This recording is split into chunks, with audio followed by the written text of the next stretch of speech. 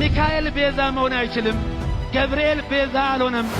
የፕሮቴስታንት ተሐድሶ መሰረተ እምነት ወይም ዶግማ የሆኑት ነገሮች የኛን ልብስ በለበሱ አባቶች አማካኝነት መልእክት እንዲተላለፍ እየተደረገ ነው። ስለዚህ ኢየሱስ አማላጅ ነው፣ ለማኝ ነው ብለው አፋቸውን ሞልተው ደረታቸውን ነፍተው በፌዝ በስላቅ አይነት ቃል ሲናገሩ ሰምተናል። ነይ ቤዛ ነሽ አሉ ለዓለም ተብሎ አይሰበክም። የትኛውም ፍጡር ቤዛ አልሆነም። ይሄ የተናገረው ይቅርታና የምልጃ ቃል ለዘላለሙ ሲያድን ይኖራል። ስለዚህ አማላጅ ብሎ የሚሰብክ ጳጳስ እኔ ብፁዕ ልበለው? ምን የሚያከራክር ነገር አለው? መጽሐፍ ቅዱስ የሚያከራክር ነገር የለም እኮ። በስና ደረጃ የቤተ ክርስቲያኒቱ ያልሆነውን ትምህርት ፍኖተ ጽድቅ አዳራሽ ላይ ተገኝቶ መስበክ ማለት አባ ሁሉ አባ አይደለም፣ አባ ጨጓሬም አባ ኮስኳሴም ማለት። ብፁዕ አባታችን እንግዲህ እርሶ ስራዎትን ጨርሰዋል ብዬ ነው የማስበው። አጀንዳ መውሰድ ለነበረበት አካል አጀንዳ ሰጥተዋል። ቤተክርስቲያንን የመሸርሸሩ ነገር ተጀምሯል።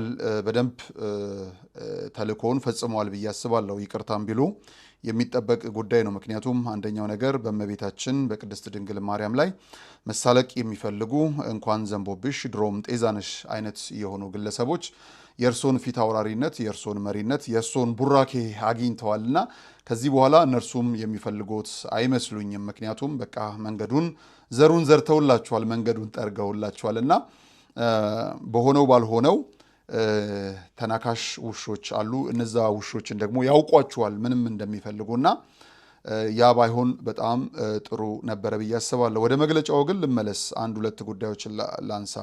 በጣም ምስኪን የሆኑ ክርስቲያኖችን ነው ይቅርታ የጠየቁት። አዋቂ የሚባሉ ተጠያቂ ቤተክርስቲያን ልጆች አባቶችን ይቅርታ አልጠየቁም። በጣም በሚገርም መልኩ ሳታቁ በልበ ንጹህነት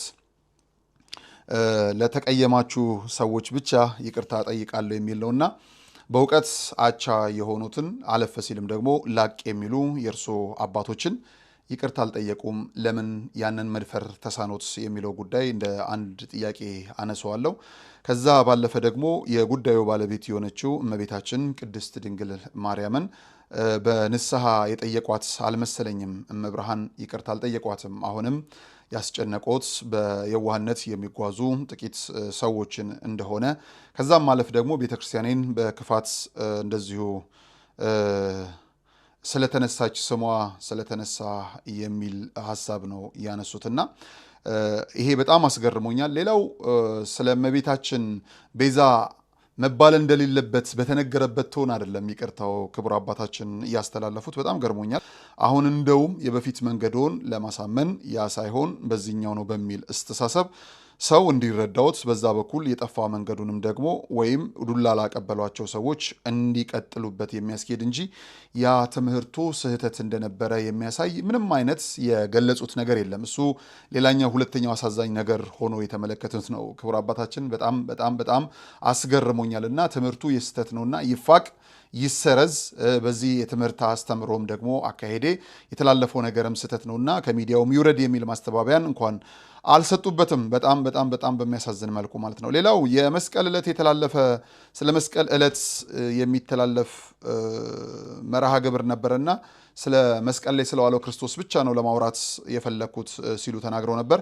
ያ ማለት ቀደም ብለው እንደቀረጹት ያስታውቃል። ይህ ፕሮግራም ምናልባትም የሆሳዕና ዕለት አሊያም ከሆሳዕና በፊት ነው የቀረጹት ብለን ብናስብ እንኳን ትምህርቱን ምን ሊያስተምሩ ምን ሊያስተላልፉ እንደፈለጉ በደንብ ተዘጋጅተውበታል። ምክንያቱም የተላለፈበት ቀን አርብ እንደሆነ እያወቁ ከሆነ ከአርብ ቀድሞ የሚቀረጽ ፕሮግራም ላይ ምን ይተላለፍ ብለው አንድና ሁለት ቀን እንቅልፍ ሲያጡ እንደከረሙ አልጠራጠርም። እንደው ዝም ብሎ እንደ እንግዳ ደራሽ እንደ ውሃ ፈሳሽ ሆነው የቀረጹት ወይም የተቀረጹት ስላልሆነ የእመቤታችንን ቤዛ አለመባሏን በደንብ ለማስረገጥ የሄዱበት መንገድ የታሰበበት መሆኑ ይገልጣል። አንድ እመቤታችን ቅድስት ድንግል ማርያም ያደረገችላቸው ብቻ ሳይሆንም ገና ታደርግልኛለች በሚል አስተሳሰብም የሚወዷት የሚያከብሯት የእሷን ምልጃ የሚፈልጉ እልፎች እንዳሉ ያውቃሉና እንደው እመብርሃን ባትነሳባዎት እንኳን እነዚህ አማኞች ይነሱብኛል ወይስ አይነሱብኝም የሚል ክርክር ውስጥም ገብተው እንደሆነ አስባለሁ ቀደም ብሎ። ያ ማለት የእመቤታችንን የክህደት ቃል ለማስተማር በጣም አስበው ራቅ ብለው ሄደው እንደነበረ ማስታወስ ይቻላል ብዬ አስባለሁ። ምክንያቱም አትፍሩ ብሏል።